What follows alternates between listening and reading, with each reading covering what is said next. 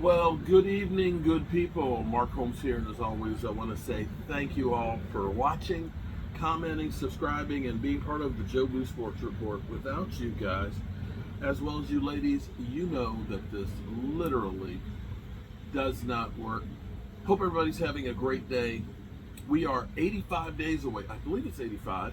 85 days and about 22 hours and some odd minutes away. Um, Forgive me because I have not been on my Cowboys as much as I usually am. I've been busy as can be. I mean, just trying to get this thing done, and I've tried to finish everything today, and I worked till about 6:30, 7 o'clock, um, and I'm close. So a couple hours tomorrow morning, go to the dump and finish cleaning up, and I'll be done at least until next week. And he has some more things that he wants to do, and I'll take care of those things next week. Um, but I haven't been able to do what I normally do with the Cowboys. And the thing is when I do something, I do it all the way, or I don't do it at all. Which is why I only do football, because between me and my wife, she understands how I am. And if I ended up doing baseball or basketball, I would be trying to do it the same way I do with just dealing with the Cowboys. And she's like, you wouldn't have time for anything else but just doing that. But just doing this uh, kitchen, actually, I should just say whole house rehab, because you put light fixtures, fans, flooring, new steps, brand new kitchen. I got faucets to put in the bathroom, side door. Yeah, it's a home renovation. Okay, it was just supposed to be a kitchen, but it's really a whole home renovation. Um, so the Cowboys have opened up training camp, and if you were looking to start a career for a rookie head coach, you gotta say that the way the Cowboys have supported Brian Schottenheimer has been nothing short of miraculous for a team that usually does not do that. Now, they did that with Jason Garrett. Um, you can look at the Cowboys after Bill Parcells, where Bill Parcells started the process of stocking the cabinets. They went out and they got T.O., they got Aaron Glenn. They tried with Roy Williams to bring him in, but they were bringing in talent and trying to build a roster. And when you look at the 2017, oh man, that team was loaded. That team was loaded on offense and defense. That was one of the few times that you looked at and said the offense and defense were both really, really good. 2014 with the catch no catch season, we came off of the defense that was one of the worst that we had historically until the 2020 team, and we lost DeMarcus Ware and Jason Hatcher and Sean Lee before the 2014 season. Now, that defense went from 32nd to 19th, but it wasn't exactly, Super Bowl ready. Although Tony Romo and that offense got us pretty close. When you look at 2016, we had a really great offense. It was balanced, Dak and Zeke, and unfortunately, we could not hold Aaron Rodgers that last drive. In the times since then, you've seen us in seasons where we've been really good on offense, better on defense, but we've still had that Achilles heel, which has been stopping the run. And that's one of the concerns I still have right now is, are we better suited to stop the run? But back to the whole Schottenheimer. You can see Schottenheimer is a player's coach, that he is there with the players beyond just football. He's almost like a father figure to these guys. He wants to be part of their lives and things and make sure they're good. And that's his way of trying to get to the players. And the players seem to respond.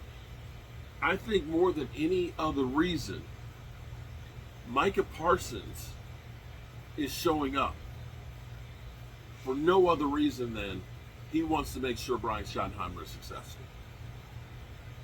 Look across the NFL. The big name players that haven't gotten their contracts, they're basically saying, screw you guys. I'm not showing up. Mike has already gone on record and saying, I've got my place in Oxnard for my family. I'm going to be there. I'm going to be there. And so I hope that they get this thing done before then. And if you're the Cowboys, I don't know what other leads you need to see fall for Micah.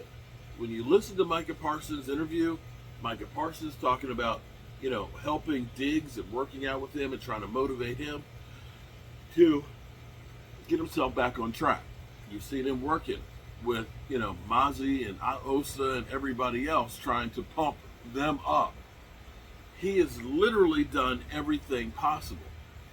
And for the Cowboys to go out and say, Shotty, we know you said you want to be able to run the football, but we're going to go ahead and we're going to get ourselves another wide receiver. This is not something the Cowboys did for Mike McCarthy. Well, I guess you could say they went out and got Jonathan Mingo during the season and they brought in Brandon Cooks, but that ain't George Pickens by any stretch of the imagination. For Mike McCarthy, they got rid of one of the better players we had at wide receiver, in Amari Cooper. We had the sales job of that Jalen Tolbert, yeah, okay. Yeah, when you got rid of Amari Cooper, yeah, and Cedric Wilson, that Jalen Tolbert. The same thing they did with Jonathan Brooks. I can't wait to see Jonathan Brooks out there. Yeah. And that Ryan Fenoy, he's got some Des Bryant. Because, Jerry's a salesman. But from what we hear in training camp, and now, again, that's us going against us. There's no paths. It's not live action. But from what we hear, the linebackers are looking really good. They're looking fast and playing downhill with Eberflus' system. We're hearing that, I'm trying to remember who it was, Elam had an interception in his hands and he dropped it. And then he dropped and did push-ups.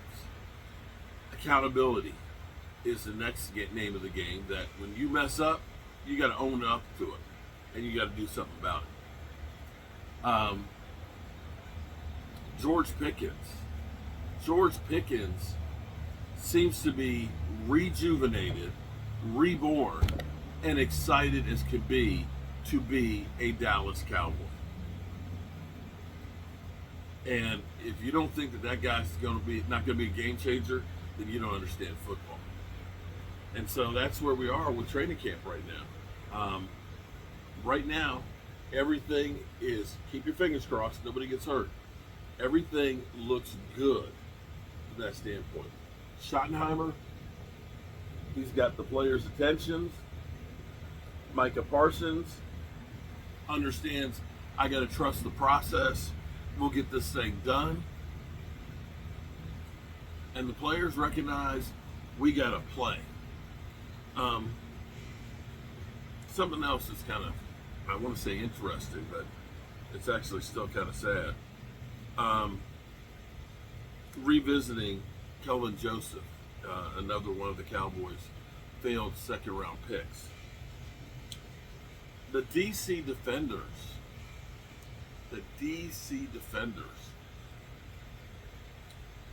ended up winning the XFL, USFL, I don't even know what they are now, championship.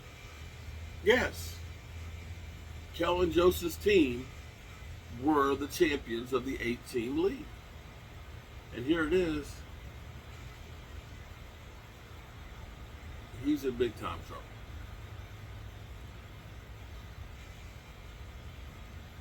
So, there you have it. Life,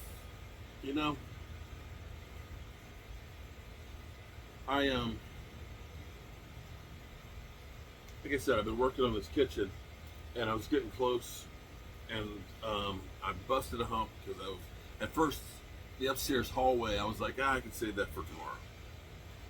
But I went ahead and I said, I'll demo it. So I demoed it, and then I said, well, I'll start putting the floor down. And if you ever had to do like laminate floor before, wide open spaces are easy. When you are trying to do like a bathroom or going in a closet, or like I was doing this hallway, you go up the steps. So you got the steps that you have to get into, and then you have the bathroom. You got a bedroom, a closet, a bedroom, and then another bedroom.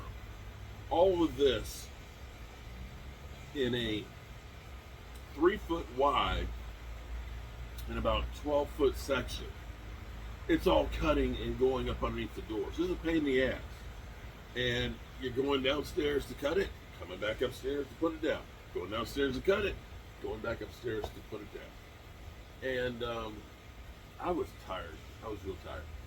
And some of you have talked, if you watch my other channel, you've seen where my wife has decided to take the bedroom that we made her closet and turn it into a guest room again. In which case, all of the cabinets that I built got put into the closet that's in our bedroom. And so she's got clothes everywhere. So I get back, I take a shower, and she's like, oh, you can help me by, with some of the stuff over there. So I helped her on that stuff. But I said, hey, I got to get out and do a video and things. And I remembered I needed to do these two more shelves for the closet. And so I'm like, I'll just go out there real quick and put the fascia piece on it and come down and shoot a video. And was tired and wasn't really paying attention.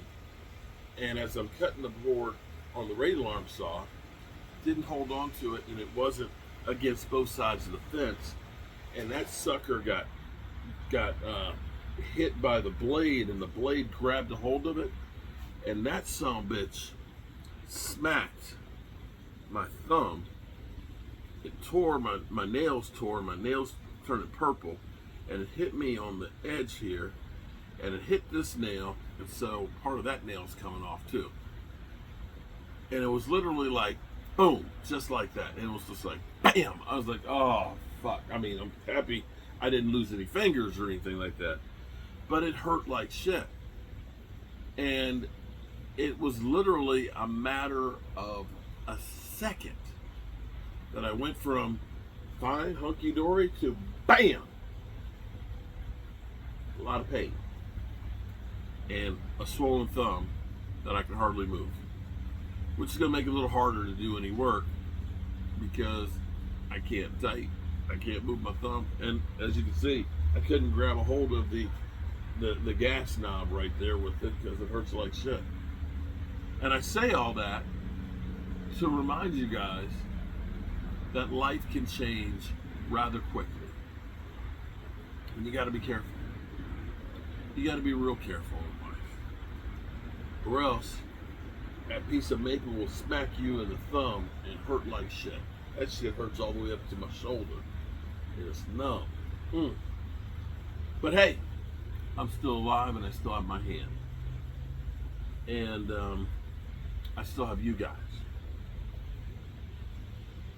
So tomorrow, Dance and Leo show, 4:30.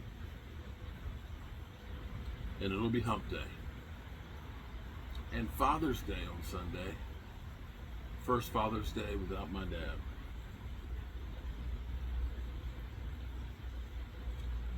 That'll be rough. All right, people. Tell the people you love how much you love them. You might not get the chance again. And I love you guys. God willing, we'll all see each other tomorrow.